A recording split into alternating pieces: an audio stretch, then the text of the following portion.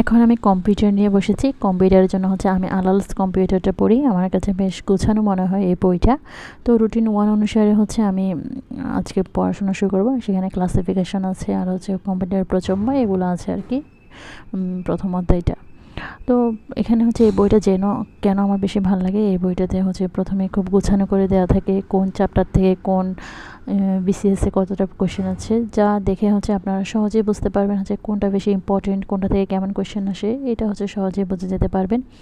দেন চলে আসলাম হচ্ছে আমার আজকের সিলেবাসে। আজকের সিলেবাস হচ্ছে 1 থেকে 24 নং পেজ পর্যন্ত। যেহেতু 2-3 দিন সময় আছে, আমি 1 থেকে 17 নং পেজ পর্যন্ত পড়ব।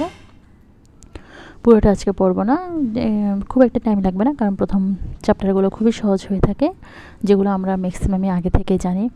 তো এভাবে হচ্ছে আমি এখন প্রথম অধ্যায়ের দিকে যাচ্ছি। প্রথম অধ্যায়তে যাওয়ার পর হচ্ছে আমরা এখানে দেখতে পাচ্ছি, দেখেন উপরে হচ্ছে বিসিএসে কয়টা কোয়েশ্চেন আসছে সেটা দেখিয়ে দিয়েছে। 45 বিসিএসে একটা এসছে, আর হচ্ছে 1 থেকে 10 থেকে 34-এর ভিতরে বেশ কয়েকটা 4-5টা কোয়েশ্চেন এসেছিলো। তার মানে হচ্ছে ফার্স্ট চ্যাপ্টারটা খুব একটা ইম্পর্টেন্ট না, জাস্ট আমরা রিডিং দেবো আর টুকিটাকি কিছু মুখস্থ করবো, কত প্রকার বা কে কবে আবিষ্কার করেছিল এরকম টাইপ। তো আমি যাচ্ছি আর হচ্ছে আপনি যখন কোনো একটা চ্যাপ্টার পড়বেন, আপনি অবশ্যই বিগত কোয়েশ্চেনগুলো পড়বেন। বিগত কোয়েশ্চেন যত পড়বেন আপনার তত হচ্ছে এক্সপিরিয়েন্স হবে। আপনি কোন চ্যাপ্টারটা পড়বেন, কতটুকু আপনার মনোযোগ দিতে হবে, কতটুকু টাইম দিতে হবে, এটা হচ্ছে আপনি বিগত কোয়েশ্চেন পড়ার মাধ্যমে জানতে পারবেন।